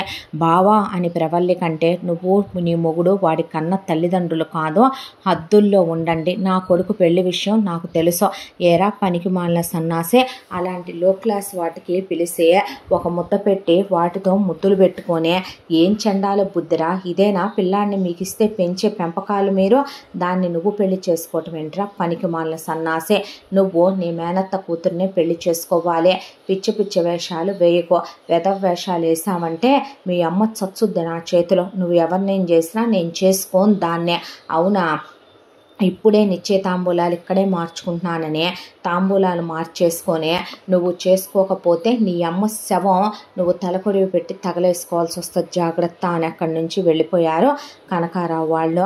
ఆ తర్వాత సూర్య వెక్కిళ్ళు పెట్టి ఏడ్చి గదిలోకి వెళ్ళిపోయా.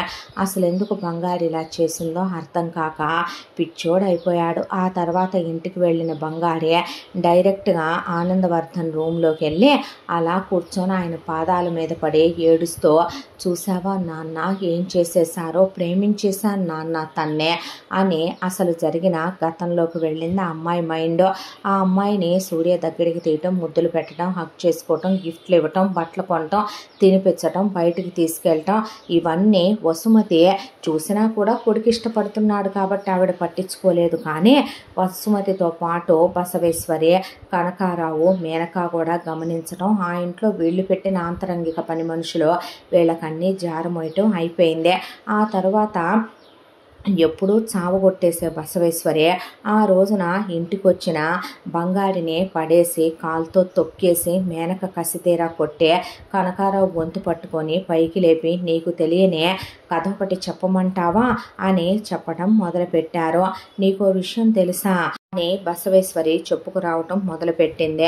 నీకు అమ్మా బాబులో లేని అనాథవి కాదే నువ్వు, నీ పేరు రాణి, నీ బాబు ఇదిగో నా మొగుడు ఆనందవర్ధనేనే, నీ అమ్మ మహాదేవినే, వీడికి మదమెక్కి ఒళ్ళు బలిసి కండకావరంతో కళ్ళు మూసుకుపోయి కాలేజ్ డేస్లో నీ అమ్మని ప్రేమించి నీ అమ్మని నాకన్నా ముందే వీడు పెళ్లి చేసేసుకున్నాడు. ఆ పెళ్లిని మీ నానమ్మ తాతయ్య యాక్సెప్ట్ చేయలేదనే, దాంది వేరే కులమని కోడలుగా పెద్దగా ఒప్పుకోం అన్నారు అనే దాంతో నాతో పెళ్లి చూపులకి ఏర్పాటు చేస్తే వీడు మాట్లాడటానికి వచ్చినప్పుడే మొత్తం చెప్పాడు. చెప్పినప్పటికీ వాడి ఆస్తి కావాలి, వాడి జమీను కావాలి. దాంతోనే ఆ రోజు ఆ క్షణానికి నేను మెత్తగా ఉండి ఆ పెళ్లికి ఒప్పుకున్నాను. పెళ్ళయ్యాక నీ బాబు నా ఒంటి మీద చెయ్యలేదు. నీ అమ్మ దగ్గరికి వచ్చి నేను జోలు పట్టి దేహి అని అడిగితే ఆ తర్వాత నాకు కోరిక కలిగిందని నేను వీడిని బతిమలాడితే వచ్చి నా ఒంటి మీద చెయ్యేశాడు. ముందుగా వసుమతి కడుపుతో ఉంది, దానికి సూర్యగాడు పుట్టాడు. ఆ తర్వాత నీ అమ్మ కడుపు వచ్చి నువ్వు పుట్టావు. ఆ తర్వాత నాకు మేనక పుట్టింది. ఇంకా పిల్లల్ని కందాం అనుకున్నాను. వాడు నాతో అంత క్లోజ్గా ఏమీ ఉండేవాడు కాదు. నీ అమ్మని వాడు ఎంతగా ప్రేమించాడంటే నీ అమ్మను ఒక బంగ్లాలో పెట్టి నీ అమ్మకు పనివాళ్ళు, నౌకర్లు, చాకర్లు ప్రతిరోజు వెళ్ళి నీ అమ్మ ఒంటి మీద చెయ్యేసి వచ్చి ఆ తర్వాత వాడు నాతో కాపురం చేసేవాడు. నాతో కాపురం చేసినందుకు నీ అమ్మ కాళ్ళు పట్టుకొని క్షమాపణలు అడుగుతూ ఉండేవాడు. ఆ తర్వాత కొన్ని రోజులకి ఇలా కాపురాలు సాగిపోతూ ఉండగా నీ నానమ్మకి తాతయ్యకి నాలో స్వార్థ బుద్ధి ఉందని తెలిసి మీ నానమ్మ రెచ్చిపోయి నన్ను కొట్టింది. దాంతో దాని జీవితం మీద నాకు విరక్తి కలిగి దాన్ని పైకి పంపా. ఆ విషయం తెలిసి మీ తాతయ్య రెచ్చిపోయాడు, వాడిని పైకి పంపా.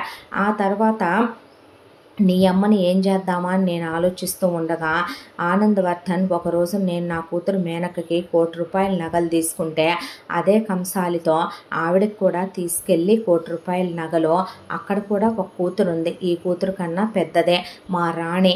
అది రేపు మహారాణిలా ఉండాలి. అది ఎంతైనా నా మొదటి భార్య కూతురు కదా, కాబట్టి దానికి ఇవ్వండి. వాళ్ళకి అడిగి తీసుకోవటం కూడా చేత కాదు. ₹2,00,00,000 చెక్కు తీసుకోండి అని ఆనందవర్ధన్ ఇచ్చాడు. భలే చెప్పారే అని నేను అన్న తర్వాత అంతేగా మరి, ఇద్దరూ నా కూతుళ్ళు, నువ్వు మంచిగా ఉన్నావు, నేను ఆవిడ్ని చేసుకున్నానని తెలిసి కూడా నువ్వు భర్తగా యాక్సెప్ట్ చేసి ఈ ఇంట్లో ఉంటున్నావు, నీకు పిల్లని కనిచ్చుకున్నావు. ఇక్కడ ఉన్న ఇది నా కూతురే, అది నా కూతురే, అలా అనుకుంటే ఆవిడే లీగల్గా నా మొదటి భార్య కదా, అదే నా మొదటి కూతురు కదా. రేపైనా ఆస్తి చెరిసగం, నేను ఏదిచ్చినా నా కూతుళ్ళిద్దరికి సగం సగం ఇస్తానన్నాడు. ఆ మాట నాకు నచ్చలేదు. దాంతో వీడెప్పుడు వెళ్ళినట్టే దాని దగ్గరికి వెళ్ళాడు. వెళ్ళిన తర్వాత మా అన్నయ్యని అంతకుముందే నేను వీడి దగ్గర చేర్చాను.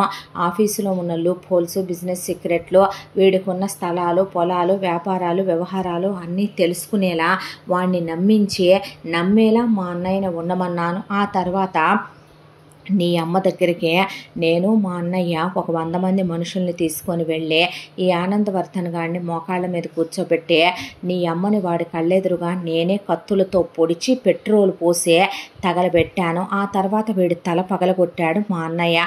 ఆ షాకులో అది పోయిందనే దిగుల్లో వీడికి మొత్తం నరాలు చచ్చుబడిపోయినాయి.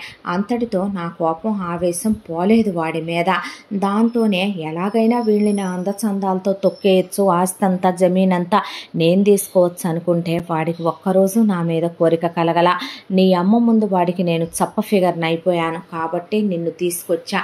నీకు చదువు సంధ్య లేకుండా చేశా, ఇంట్లో పనివాళ్ళు లేకుండా చేశా, నేను బయటికి వెళ్ళనివ్వకుండా చేశా. వాడి కళ్ళ ముందే నిన్ను కుక్కని కొట్టినట్టు కొట్టే మా అన్నయ్య నీ మీద బ్రాందీ సీసాలే పగలగొట్టాడా?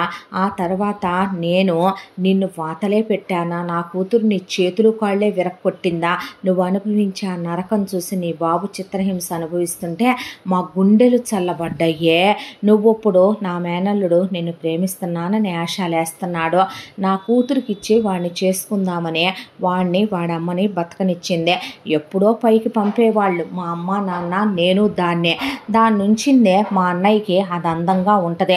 రోజుకు 5-6 సార్లు వేశ్యల దగ్గరికి వెళ్ళే అలవాట్లేని మా అన్నయ్యని సుఖపెట్టడానికి తాళిగట్టిన వేశ్యగా ఆ తర్వాత ఇంకొకళ్ళు పుడతారనుకుంటే సూర్యగాడి తర్వాత పుట్టలేదు. సూర్యగాడిని అసలు అక్కడ దాకా వెళ్ళనిచ్చిందే వాడి పిన్ని బాబాయికి 100 కోట్ల రూపాయల ఆస్తులున్నాయి, మొత్తం వాడికే పెడతారు అనే దాంతో. అక్కడ దాకా తేడా వచ్చిందనుకో మేనల్లుడని వాడమ్మని కూడా చూసుకోను, మొత్తాన్ని పైకి పంపించేస్తాను. నీ బాబుని నీ కళ్ళెదురుగానే ముక్కలు ముక్కలుగా నరికి పోగులు పెడతా. వాడు నువ్వు నచ్చావని మాకు చెప్పాలనుకుంటున్నాడని వాడు బర్తికిచ్చేశాడని మాకు అర్థమైందే. వాడు చెప్పే ముందే నువ్వు ఇష్టమేనా అని మేము అడిగినప్పుడు ఇష్టం లేదని చెప్పలేదనుకో, ఇక్కడ నీ బాబు గొంతులో నుంచి దింపుతాను కత్తి జాగ్రత్త అని ఆ అమ్మాయిని కుక్కను కొట్టినట్టు కొట్టి వెళ్ళేపాటికి తండ్రి బ్రతికున్నాడని ఆనందపడాలా, తనకి ఒక ఇంటి పేరుందని, తన అనాథని కాదని సంతోషపడాలా?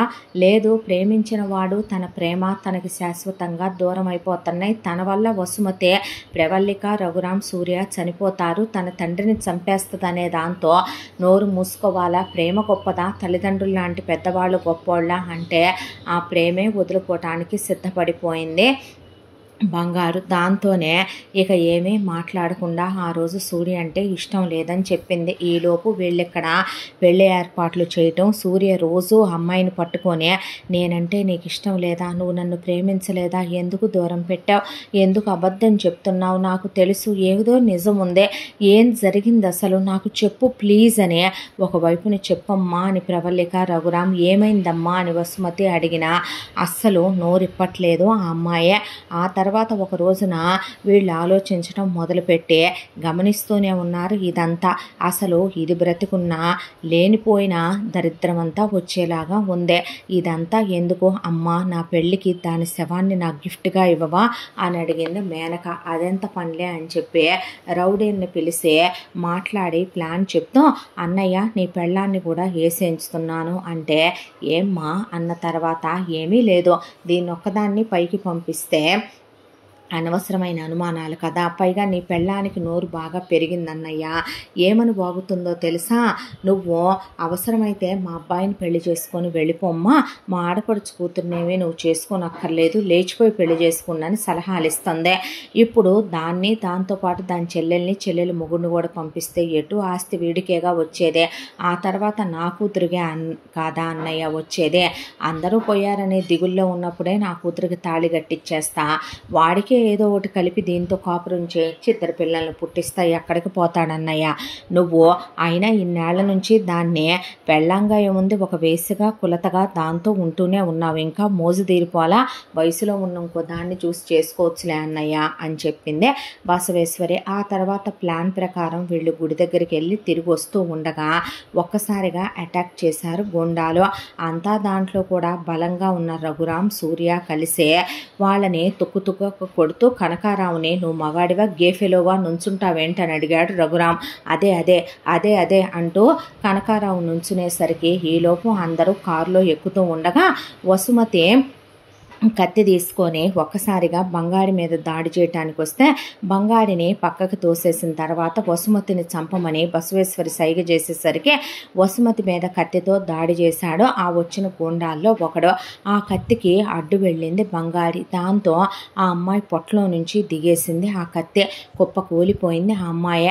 ఆ అమ్మాయిని అలా కారులో వేసుకుని పరుగులు తీసుకుంటూ ఒకవైపున సూర్య హాస్పిటల్కి తీసుకెళ్తూ నువ్వు బ్రతకాలరా, నువ్వు చచ్చిపోతే నేను చచ్చిపోతా, నిన్ను నేను ఎంత ప్రేమించానో మాటల్లో చెప్పలేనే, నువ్వు నా ప్రాణమే, నా సర్వస్వమే, నీకోసమే నేను బతుకుతున్నా, అక్కడి క్షణంలోనైనా దాని మెళ్ళో కట్టే తాళి నీ మెళ్ళో కట్టి నిన్ను తీసుకొని అబ్రాడ్ వెళ్ళిపోదామని, ఆల్రెడీ నీకు కూడా నేను పాస్పోర్ట్స్ అన్నీ చేయిస్తున్నాను, అమ్మని పిన్నిని బాబాయిని నిన్ను తీసుకొని వెళ్ళిపోదామని అనుకుంటున్నాను, ఇలా జరుగుద్దని అనుకోలేదురా అనే లోపు ఆ అమ్మాయి స్పృహ తప్పిపోయింది.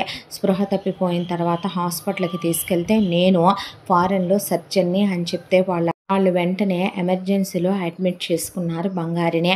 ఆ తర్వాత తను సర్జరీలోకి వెళ్ళి ఆ అమ్మాయి బ్రతకపోతే తను బ్రతకనని దేవుడి దగ్గర దీపం వెలిగించి మరీ వెళ్ళాడు లోపలికి సూర్య.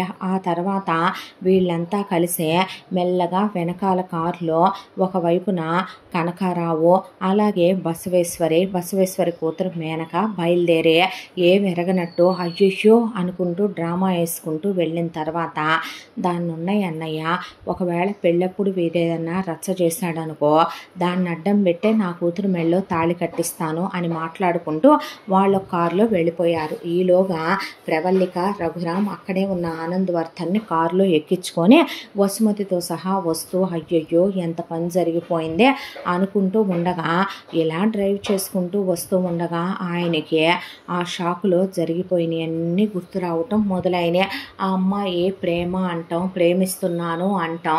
ఆ తర్వాత ఆ అమ్మాయి వెక్కిళ్ళు పెట్టి ఆడవటం, ఆ అమ్మాయి పొట్టలో కత్తితో పొడవటం, ఆ తర్వాత ఆ అమ్మాయి స్పృహ తప్పి కుప్పకూలిపోవటం, సూర్య ఆ అమ్మాయిని ప్రేమించానని వెక్కిళ్ళు పెట్టి కారులో ఆ అమ్మాయిని ఎక్కించుకొని తీసుకెళ్ళటం, ఇవన్నీ ఒక పెద్ద షాక్లా ఆయన బ్రెయిన్కి తగిలే మెల్లమెల్లగా ఆయనలో చలనం వస్తూ ఒక్కసారిగా నా కూతురు అనేసరికి కారు సడన్ బ్రేక్ వేసి, రఘురామ్ మీరు మాట్లాడారా అనే పాటికి, అన్నయ్య నువ్వు మాట్లాడావా అని అడిగింది వసుమతి. అన్నయ్య గారు అని ప్రవల్లికి అనగానే, నా కూతురమ్మా అన్నాడు ఆనందవర్ధన్. వెళ్ళిందిగా మేనక, నేను చెప్పే దాని గురించి కాదు, రాణి నా కూతురమ్మా అన్నాక, రాణా ఏ రాణి అన్నయ్య అని అడిగిన తర్వాత వసుమతి ఆనందవర్ధన్కి పూర్తిగా అంత చలనం వచ్చేసింది. ఆయన దాంతోనే తను మహాదేవిని కాలేజ్ డేస్లో ప్రేమించాననే, ముందే పెళ్లి చేసుకున్నాననే, అయితే ఆ విషయం వీళ్ళ అమ్మా నాన్నలకి తెలిసి ఒప్పుకోలేదనే,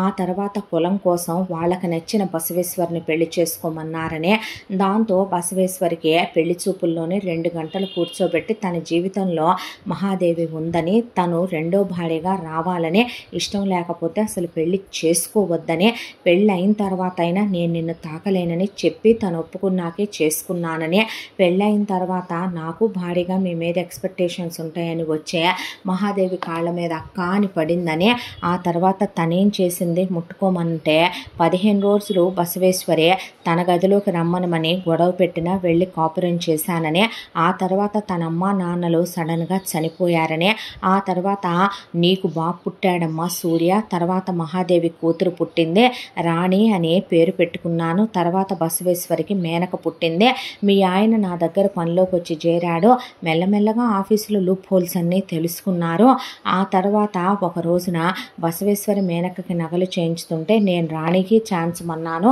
ఆస్తిలో చెరుసగం వాటాలన్నాను, ఆస్తి మీద ఉన్న వ్యామోహంతో, జమీను మీద ఉన్న కోరికతో బసవేశ్వరి చెల్లెలు మాట కోసమని నీ మొగుడు కనకారావు కలిసి వచ్చే నా కళ్ళ ముందే మహాదేవిని కత్తితో పొడిచి పెట్రోల్ పోసి తగలబెట్టేశారు నీ మొగుడును నీ ఆడపడుచు కలిసి, ఆ తర్వాత నా తల మీద బలంగా కొట్టారమ్మా, నా కళ్ళ ముందే నేను ప్రాణంలో ప్రేమించిన నా భార్య కుప్పకూలిపోయేపాటికే నా నరాలు చచ్చుబడిపోయినాయి, నాకు ట్రీట్మెంట్ కూడా ఛాన్స్కుని ఇంట్లో పడేసింది, ఇది నా కళ్ళు ఎదురుగానే నా కూతుర్ని పేరు కూడా లేకుండా పెంచుతూ, దాని అమ్మా నాన్నలు ఎవరో తెలియకుండా దాన్ని 4 గోడల మధ్య పెట్టి పెంచుతూ, దాన్ని కొట్టిందా తిట్టిందా ఎముకలు ఇరక్కొట్టిందా, నా ఎదురుగానే దాన్ని నీ మొగుడు చిత్రహింసలు పెట్టాడా, నీ మొగుడు మందు బాటిల్స్తోనే దాని తల పగలగొట్టాడా, గాజు పెంకుల మీదే దాంతో నడిపించాడా, చిత్ర వదలే చేసుకొచ్చారమ్మా దాన్ని, ఈ విషయాలేవి నీకు తెలియనివ్వలేదు, తర్వాత నీ కొడుకు వచ్చాడో, ఇలా పరిస్థితులు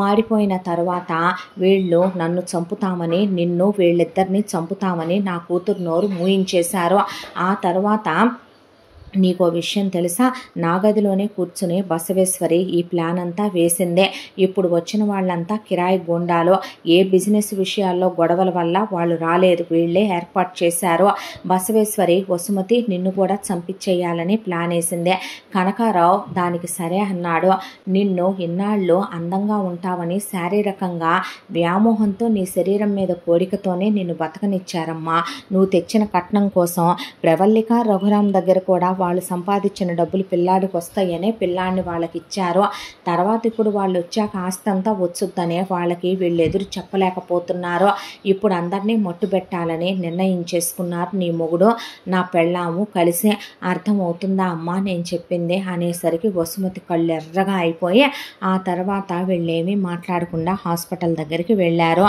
వెళ్ళి ఆనందవర్ధన్ని మాత్రం అక్కడి నుంచి వేరే ఆయన ఇంకొక కారు ఇప్పించమంటే కారు ఇప్పించేస్తే ఆయన ఆ కారు డ్రైవ్ చేసుకుంటూ నేను మళ్ళీ వస్తానని చెప్పి ఒక ఫోన్ తీసుకొని ఆయన వేరే బయలుదేరి వెళ్ళిపోయిన తర్వాత ఇక వీళ్ళు హాస్పిటల్కి పరిగెత్తుకొస్తే 72 గంటలు పట్టింది స్పృహలోకి రావటానికి. బంగారి వచ్చిన తర్వాత సూర్య అప్పుడు దాకా పచ్చి మంచినీళ్ళు ముట్టుకోలేదు. అయ్యయ్యో ఎలా జరిగిందో అని కనకారావు బసవేశ్వరి మేనక సర్లే అనేసి మేము వెళుతున్నాం బతికేసిందిగా అని చెప్పి వీళ్ళు వెళ్ళిపోయిన తర్వాత వసుమతి నాన్న ఇట్రారా అని చెప్పి సూర్యని పిలిచి జరిగింది మొత్తం చెప్పుకొచ్చాక గదిలోకి వెళ్ళి రాణి అన్నాడు. అంటే ఆ అబ్బాయి వైపు తలెత్తి చూసే దగ్గరికి తీసుకోబోతే వెనక్కి తోసేస్తే గట్టిగా పట్టుకొని పెదవుల మీద ముద్దు పెట్టి, పిచ్చి పట్టిందా ఏంటే నీకు? నేను నిన్నెంత ప్రేమించానో నీకు తెలుసా? నీ గతం మొత్తం ఇప్పుడు నాకు తెలుసు. ఎవరడ్డొచ్చినా ఎవరు ఏం చేసినా ఆ రోజు ఈ రోజు ఒకటే మాట బంగారం, నేను ప్రాణం పోయినా నిన్ను వదులుకోనే అని చెప్పిన తర్వాత ఈలోగా రఘురాం ఫోన్లు చేసుకొని ఆయన తరపు బంధువులు ఒక 5,000 మందిని తీసుకొని రమ్మనమని ఆయన అన్నదమ్ములకి, అక్కచెల్లెళ్ళకి, బావమరుదులకి, బావగారులకి, ఆయన మరదళ్ళ తరపున, ఆయన తల్లిదండ్రుల తరపున ఉన్న వాళ్ళందరికీ చెప్పుకుంటే ఆల్రెడీ ఇక్కడి నుంచి వెళ్ళిన ఆనందవర్ధన్ ఆయన పడిపోయాడనేసరికి ఆయన చుట్టాలందరినీ బసవేశ్వరే అసలు ఇంటివైపు కూడా రానివ్వల. మొత్తం ఆయన బతికాడనే పాటికి అందరూ ఒక 10,000 మంది దాకా ఆయన్ని నమ్ముకున్నోళ్ళు అందరూ పోగయ్యే లారీల్లో వచ్చేశారు. ఒకవైపున రఘురాం పిలిపించిన వాళ్ళు వచ్చే అందరూ కలిసే ఆనందవర్ధన్ ఇంటి దగ్గర అసెంబ్ల్ అయ్యారు. అయితే ఇదేదీ తెలియని కనకారావు అలాగే బసవేశ్వరి, మేనక కలిసే అక్కడికి వెళ్ళేసరికి కాలు మీద కాలేసుకొని రాజసింహాసనం లాంటి కుర్చీలో చేతిలో కత్తి పట్టుకొని, చేతికి కడియం, రాజుల ఉంగరాలు పెట్టుకొని అలా డ్రెస్ వేసుకుని కూర్చున్న ఆయన్ని చూసి నోట మాట రాలేదు వీళ్ళకి. ఆ తర్వాత అక్కడికి పోలీసులు కూడా వచ్చి ఇలా చేసిన వీళ్ళని అరెస్ట్ చేయబోతే మీరెవరిని ఏమీ అరెస్ట్ చేయొద్దండి, ఇది మా కుటుంబానికి సంబంధించిన విషయం, మా వాళ్ళు తొందరపడి మీకు కంప్లైంట్ ఇచ్చారు, జరిగిన దానికి ప్రూఫ్ లేదు కదా, మీరు వెళ్ళి రండి అని చెప్పిన తర్వాత అదేంటి అలా అన్నారు అన్నాడు రఘురాం. అన్న తర్వాత కొన్ని పాపాలకు శిక్షలు మనమే వెయ్యాలి, వాళ్ళు కాదులే అన్న తర్వాత పోలీసులు వెళ్ళాక వీళ్ళని కుక్కల్ని కొట్టినట్టు కొట్టి ఆయన కత్తి తీసుకుని పొడిసైపోతే కాళ్ళు పట్టుకొని అడ్డం పడిపోయి మేము చచ్చిపోతామని మమ్మల్ని చంపొద్దని బ్రతిమిలాడారు వీళ్ళు.